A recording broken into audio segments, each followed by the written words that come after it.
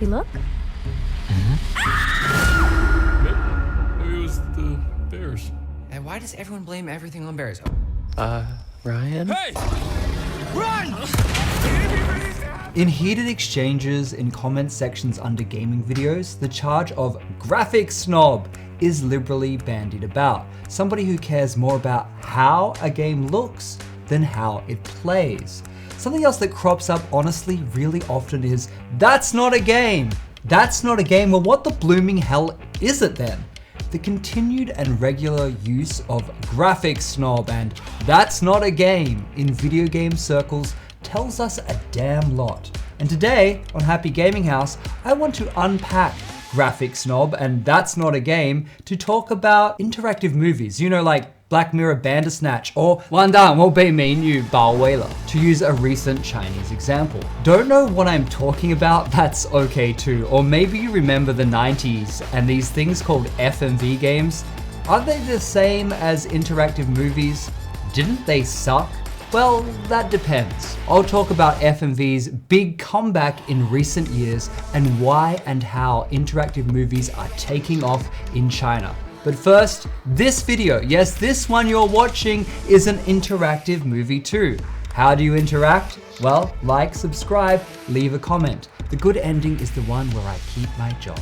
During the 1967 film Kino Automat, the narrative forks at 9 points, and the audience is polled which of two outcomes they would prefer. Kino Automat doesn't actually branch beyond two choices. One of the two scenes plays and the film continues on a straight path. But if we think of interactivity as a spectrum, with interactive films on the less interactive end and FMV games on the other end, here I'll clarify to say FMV is simply short for full motion video. Anywho, we find that most things billed as interactive films offer some kind of player choice driven, choose your own adventure style branching story gameplay, perhaps with multiple endings. You watch a video clip, are presented with a choice, and repeat, like a glorified dialogue tree in an RPG game. If I were being mean, we could conclude, like the Leftover Culture Review, they've always felt like movies with confusing interruptions.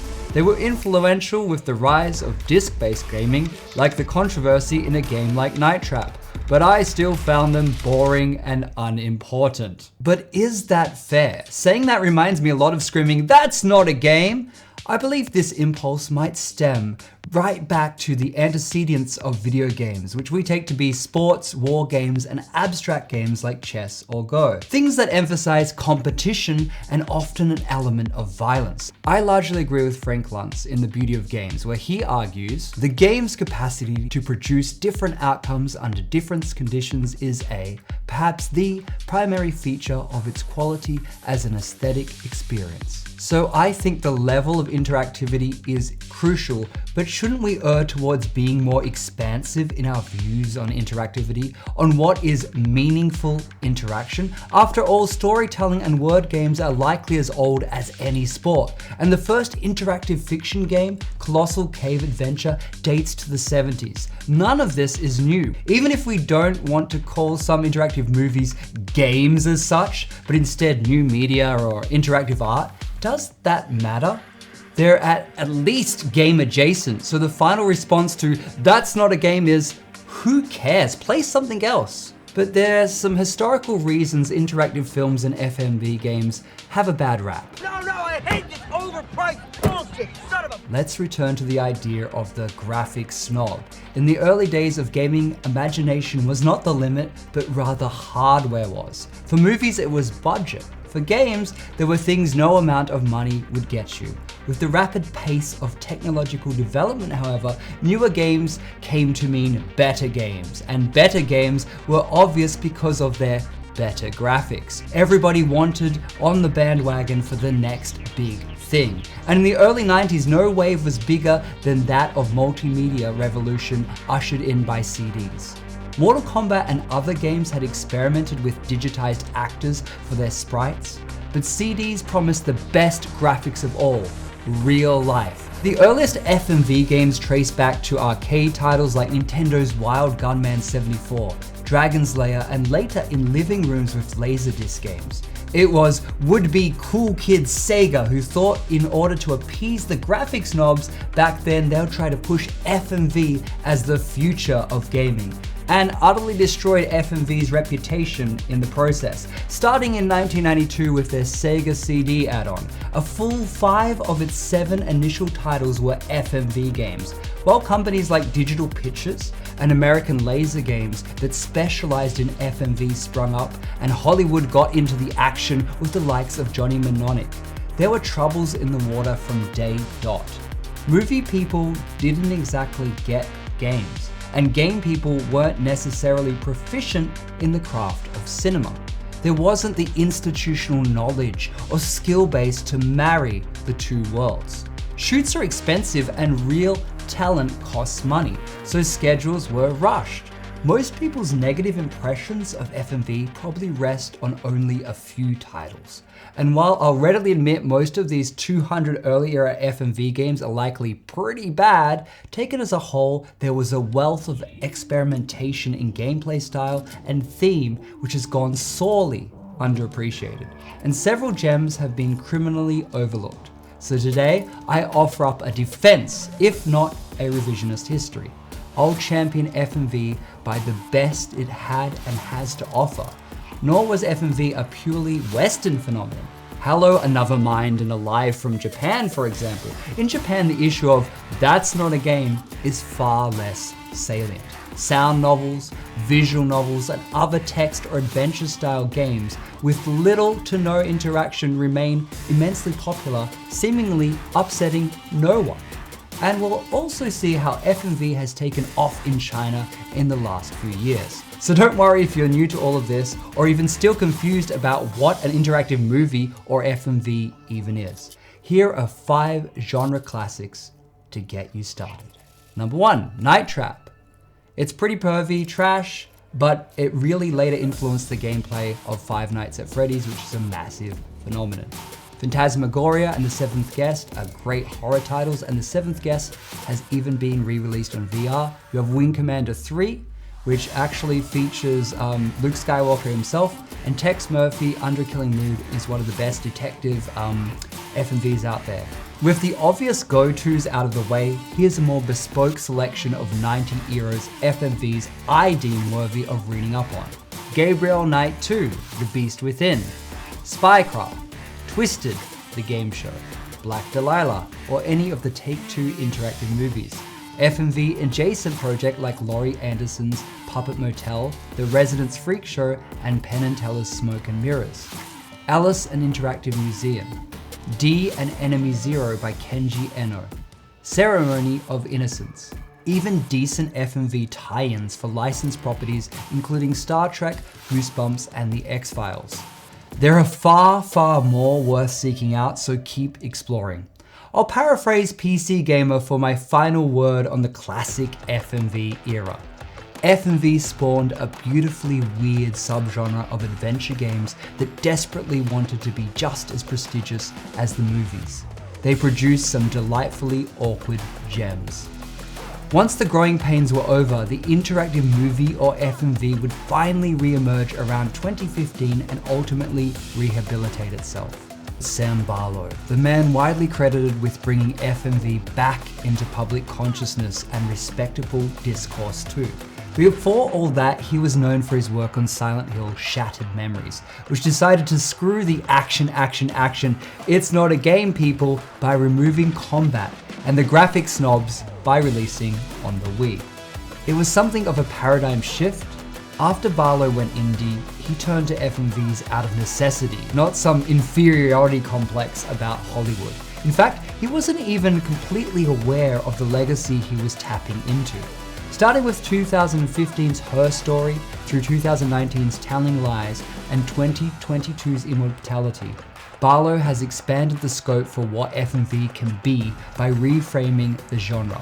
In his own words to NME, he explained, "I always felt like they were almost the opposite of movies, because movies are all about control and a very specific edit. The director telling you at any given time to look at this specific thing and leading you through the story. Whereas both Her Story and telling lies were very much leaving it up to the player to find things that they found interesting and kind of creating structure. This sidesteps the central contradiction of linear story versus open gameplay in interactive films. In Barlow's games, you navigate video clips in an open-ended manner by searching keywords or making visual linkages in the form of match cuts in the case of Immortality. You can rewind footage, discover or not discover things.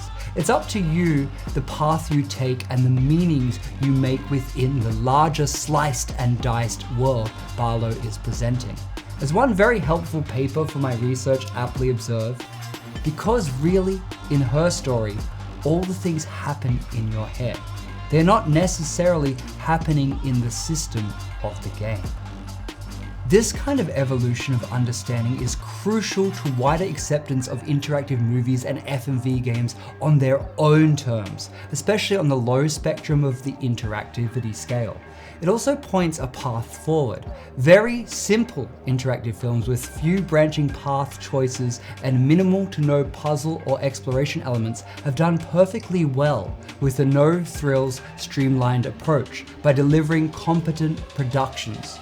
Of course, the breakthrough title here is Black Mirror Bandersnatch 2018, but Netflix has long since expanded its interactive offerings, and other traditional network interactive films, including Unbreakable Kimmy Schmidt, Kimmy vs. the Reverend 2020, and Steven Soderbergh's Mosaic 2017 have been well received. Coming more from the gaming world, Steam has hosted plenty of highly reviewed interactive films since 2015, including 428 Shibuya Scramble, 2018. In English, originally it was a 2008 Wii game, that was Japan only. Late Shift, 2017, Erica, 2019, which is notable for adding this direct control over elements of the video for a more tactile gameplay, very interesting.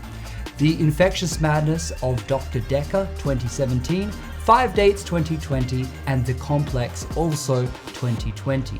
Typical 3D computer graphic games are starting to take increasing cues from the interactive movie model too. Chief practitioners of this new wave are Supermassive Games with Until Dawn, also 2015 surprisingly enough, and most recently The Quarry 2022, of which a Wired headline read, blurs the line between video games and cinema. With impressive digitized performances and seamless storytelling, Supermassive's newest title hints at the future of both mediums. The dream of merging cinema and video games is very much a live question, with avowed cinephile and Metal Gear Solid creator Hideo Kojima recently taking the stage with lauded director and game aficionado Jordan Peele to announce an upcoming project also blurring the lines between mediums. Maybe it was only ever a matter of technology. Now we turn to another part of the world, and an even more recent FMV boom. That is China. Let's get stuck into FMV and China. 这一步一定要走好。 Seemingly out of nowhere, China's become a contender in the FMV/interactive movie space. I've been able to compile a list of 20 odd released or forthcoming FMV games from China since 2018. Which is saying something for a rather niche genre and one not typically associated with this country. There are highlights: 2019's The Invisible Guardian, Inxing Shouhuzhe by New One Studio is an exquisitely sweeping Republican-era epic of rare emotional depth. 小军，杀了他！ Sadly not available in English. Breakout 13, 2023's impassioned and socially conscious call for mutual understanding regarding the controversial topic of internet addiction and so-called treatment centers is wrapped in a fresh implementation of classic FMV adventure mechanics. Whereas Love Is All Around, 完蛋我被美女包围了 2023, though not without its issues, succeeds in its brazen mission of romantic wish fulfillment in an oftentimes unforgiving world. It helps it's a top seller and one of the buzziest titles of the year, surely to underline the commercial potential of FMV in China's domestic market. Several trends can explain this boom. We can begin in 2007 with the first stirrings of escape room or Mishu craze in Japan, which by 2012 were popping up in major Chinese cities. Escape rooms tap into the wider flourishing of mystery and suspense across video games, board games, movies, and books, as well as live-action scripted murder roleplay or Jubenxia events and puzzle books, Jiamishu. Early FMV games put out by Sleepwalker, Haozhu Bujian, Long Time No See, 2020, and Zhongse Visitor, Lai Fangzhe, 2018 respectively, also fit this mystery/suspense mold. In fact, the puzzle elements in modern escape rooms closely mirror those of classic FMV games, so one can be seen as the natural extension of the other. In this way, the conditions for FMV in China were already ripe. The decreasing cost of video production and simplicity of programming also make FMVs an attractive choice. The FMV is truly global now, as the success of Japan's The Centennial Case, A Shijima Story, 2022, and Korea's Montesolo, No Girlfriend Since Birth, 2022, readily attest. The challenge of the FMV of combining video and interactivity is a bet most thought was lost. But the staying power of interactive movies has proved otherwise. We as humans love a good challenge and continue to seek the impossible. Along the way have been failures, yes, but interesting failures. And I'll take an interesting failure over a boring success any day. So if you're curious, you owe yourself to better explore this corner of gaming. Don't fret if it's not a game, be a proud graphics snob and soak up the lush cinematics. And as FMV globalizes, voices from China are coming through with something to say. I have high hopes for what their future holds, so leave you with a list of Chinese FMV titles. Here's hoping to many more soon. I'm Jesse, and that was Happy Gaming House.